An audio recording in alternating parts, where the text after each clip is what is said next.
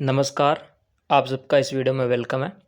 आज हम पढ़ेंगे क्लास 11 केमिस्ट्री का जो चैप्टर 1 है उसका एक टॉपिक प्रतिशत संगठन। ये क्या है देखेंगे और इसके अंदर 4-5 एग्जाम्पल के थ्रू इस टॉपिक को मैं समझा दूंगा। तो वीडियो स्टार्ट करते हैं। सबसे पहले परिभाषा देखते हैं, प्रतिशत संगठन होता क्या है। तो किसी यौगिक के 100 भाग या ग्राम में उपस्थित तत्व की प्रतिशत में व्यक्त मात्रा प्रतिशत संगठन कहलाती है। यानी मान लो कोई भी कंपाउंड है XYZ है जैसे, ठीक है। तो मान ले कि कुल परसेंट वो कितना होगा, 100 ही होगा, ठीक है ना। 100% होगा वो, या 100 भाग होगा, या 100 ग्राम कह सकते हैं। उसके अंदर ये तीनों मिलाकर तो 100% हो रहे हैं, लेकिन एक्स कितना परसेंट है, वाई कितना परसेंट है, जेड कितना परसेंट है, ये अलग अलग इसके अंदर हम निकालेंगे।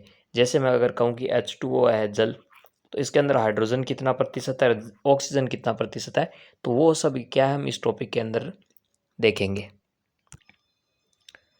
तो इसका एक फॉर्मूला होता है प्रतिशत संगठन निकालने का, वो होता है तत्व की प्रतिशत मात्रा, यानी जिस भी तत्व को निकालना है उसकी परसेंट मात्रा बराबर होता है यौगिक में तत्व का द्रव्यमान। यानी कोई कंपाउंड है जैसे H2O, तो इसके अंदर हाइड्रोजन है, उसका द्रव्यमान कितना है बटा यौगिक का मोलर द्रव्यमान, यानी कि कुल कितना मोलर द्रव्यमान है। जैसे कि हाइड्रोजन पूरा जल का जो मोलर द्रव्यमान है उसका भाग लगा देंगे यौगिक में तत्व का द्रव्यमान, जैसे हाइड्रोजन या ऑक्सीजन का मोलर द्रव्यमान, और इसको 100 से गुणा कर देंगे क्योंकि हमें प्रतिशत निकालना है, ठीक है। तो ये इसका फॉर्मूला रहेगा, यौगिक में तत्व का द्रव्यमान बटा यौगिक का मोलर द्रव्यमान गुणा 100, ठीक है। तो वीडियो आगे स्टार्ट करते हैं। इसका पहला एग्जांपल लेते हैं CH4 मेथेन। CH4 के अंदर क्या क्या होते हैं, हमें पता है कि CH4 के अंदर एक तो होता है मेथेन होता है, एक तो होता है क्या होता है कार्बन, और एक होता है हाइड्रोजन, दो होते हैं। तो इसका मोलर द्रव्यमान देखें तो मोलर द्रव्यमान से पहले हम तत्व का द्रव्यमान देखेंगे। तो कार्बन है इसका 12 होता है द्रव्यमान, ठीक है, और हाइड्रोजन का 4 होता है। एक हाइड्रोजन का 1 होता है, यहाँ पर 4 है तो 4 का 4 हो गया। और मोलर द्रव्यमान क्या होता है, 12 और 4 जोड़ दें तो 16 आ जाएगा, 16 इसका मोलर द्रव्यमान होता है ना। मेथेन का मोलर द्रव्यमान तो है 16, और इसके तत्वों का द्रव्यमान देखें तो कार्बन का 12 और हाइड्रोजन का 4। अब इससे इन डेटा से हम क्या निकाल सकते हैं, percent of carbon and percent of hydrogen निकाल सकते हैं। परसेंट ऑफ कार्बन है ना, कार्बन तत्व का जो प्रतिशत संगठन है वो निकालेंगे। तो 12 ऊपर आ जाएंगे, 12 क्या है तत्व का द्रव्यमान बटा 16 क्या है मोलर द्रव्यमान, इसको 100 से गुणा कर देंगे तो 75% तो कार्बन प्रेजेंट है किसमें, मेथेन में। और हाइड्रोजन की बात करें, परसेंट ऑफ हाइड्रोजन तो 4 इसका इसका तत्व का द्रव्यमान है, 16 इसका मोलर द्रव्यमान है, इसको 100 से गुणा कर देंगे तो 25% हाइड्रोजन आ जाएगा। तो हम कह सकते हैं कि CH4 है उसके अंदर कार्बन कितना है 75% है, और हाइड्रोजन कितना है 25% है, ठीक है। ये हमने कैलकुलेशन से देगा। अगला एग्जाम्पल लेते हैं, इसके अंदर ग्लूकोज का C6H12 है O6। तो पहले तत्व का द्रव्यमान देख लेते हैं इसके अंदर, ठीक है। तो तत्व का द्रव्यमान देखें तो कार्बन हाइड्रोजन ऑक्सीजन 3 तत्व है। कार्बन कितने, एक कार्बन का द्रव्यमान होता है 12, और यहाँ पर 6 दे रखे तो 12 गुणा 6 72 ग्राम। हाइड्रोजन एक का 1 होता है, यहाँ पर 12 दे रखे तो 12 ग्राम। ऑक्सीजन एक का 16 ग्राम होता है, 6 दे रखे तो 16 छकाने 96 96 ग्राम। तो यहाँ पर कार्बन का द्रव्यमान 72 ग्राम, हाइड्रोजन का 12 ग्राम, ऑक्सीजन का 96 ग्राम। और यौगिक का मोलर द्रव्यमान देखें तो मोलर द्रव्यमान इन तीनों को जोड़ देंगे तो मोलर द्रव्यमान आ जाएगा। तो इन तीनों को जोड़ने पर आता है 180। वो क्या हो गया, ग्लूकोज का मोलर द्रव्यमान।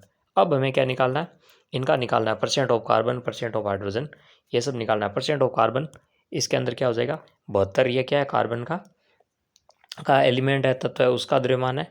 180 क्या है ग्लूकोज का मोलर द्रव्यमान है। तो 72 ऊपर रख देंगे, 180 नीचे रख देंगे, 100 से गुणा कर देंगे तो 40% तो ग्लूकोज में क्या है कार्बन। हाइड्रोजन निकालना है परसेंट ऑफ हाइड्रोजन, तो 12 तत्व का द्रव्यमान हाइड्रोजन का, 180 मोलर द्रव्यमान ग्लूकोज का, इसको 100 से गुणा कर देंगे तो 6.67% आ गया क्या हाइड्रोजन की परसेंट ग्लूकोज के अंदर। ऑक्सीजन की परसेंट होती है ग्लूकोज में तो 96 क्या है ऑक्सीजन का एलिमेंट है, उसका द्रव्यमान 180, ये क्या है मोलर द्रव्यमान ग्लूकोज का, बट्टा में रख के 100 से गुणा कर देंगे तो इसके अंदर ऑक्सीजन प्रेजेंट है 53.33%, ठीक है। तो इस तरह हम निकाल लेंगे। तो ग्लूकोज के अंदर कार्बन कितना है 40%, 6.67% हाइड्रोजन है, और ऑक्सीजन है 53.33%।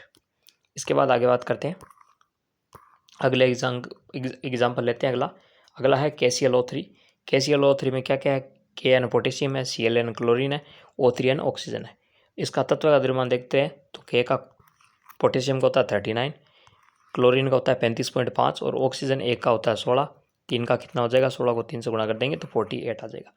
अब इसका मोलर द्रव्यमान कितना होता है, तो तीनों तत्वों के द्रव्यमान को जोड़ ले तो मोलर द्रव्यमान आ जाएगा। तो 39, 35.5 और 48 जोड़ ले तो 122.5 मोलर द्रव्यमान हो गया KClO3 का। ठीक है, अब इसके अंदर निकाल देते हैं परसेंट ऑफ पोटेशियम। तो ये क्या हो जाएगा, KClO3 में K का 39 तो क्या है, इस तत्व का द्रव्यमान है, 122.5 है, ये क्या है, KClO3 का मोलर द्रव्यमान है। इसको 100 से गुणा कर देंगे तो पोटेशियम कितना है इसके अंदर, 31.83%। क्लोरीन परसेंट देखें तो क्लोरीन का तत्व का द्रव्यमान 35.5, KClO3 का मोलर द्रव्यमान 122/5 का भाग दे देंगे, गुणा 100 से कर देंगे तो 28.97% क्लोरीन है।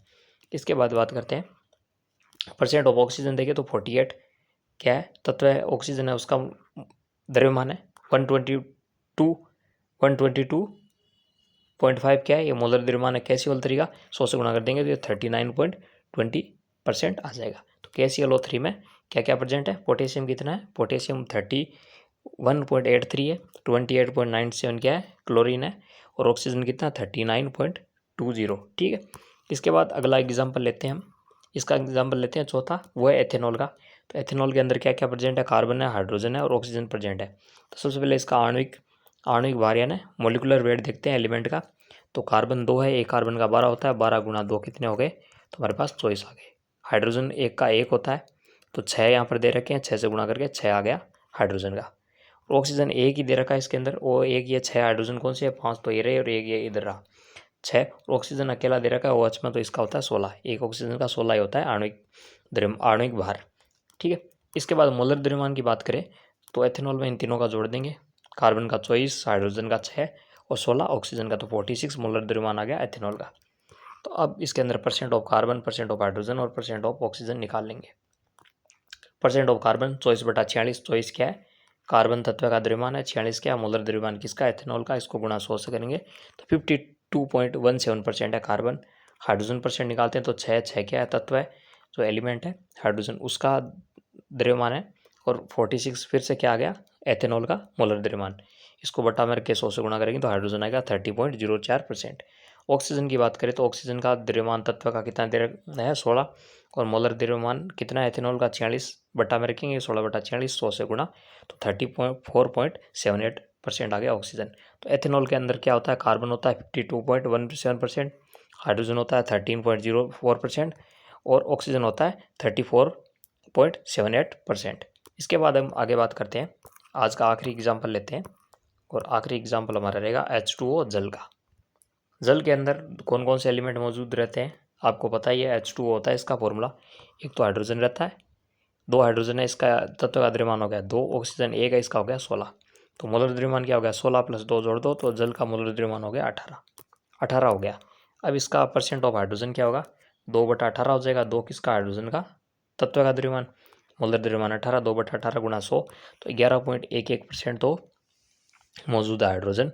और इसको हम अगर 100 में से घटा के भी कर सकते हैं, मान लो कि 2 ही तत्व दे रखे हो, एक तत्व का निकाल लो तो कुल तो 100 ही होता है ना, तो 100 से घटा के निकाल लो या फिर ऐसे कर लो। परसेंट ऑफ ऑक्सीजन 16/18, 16 क्या ऑक्सीजन का तत्व का द्रव्यमान, 18 मोलर द्रव्यमान जल का, गुणा 100, 88.89 आ गया ऑक्सीजन का। तो इस वीडियो के अंदर हमने प्रतिशत संगठन देखा था। वीडियो अच्छा लगे तो इसको लाइक कीजिए, शेयर कीजिए और चैनल को सब्सक्राइब कीजिए। फिर मिलते हैं अगले वीडियो में। Thanks for watching.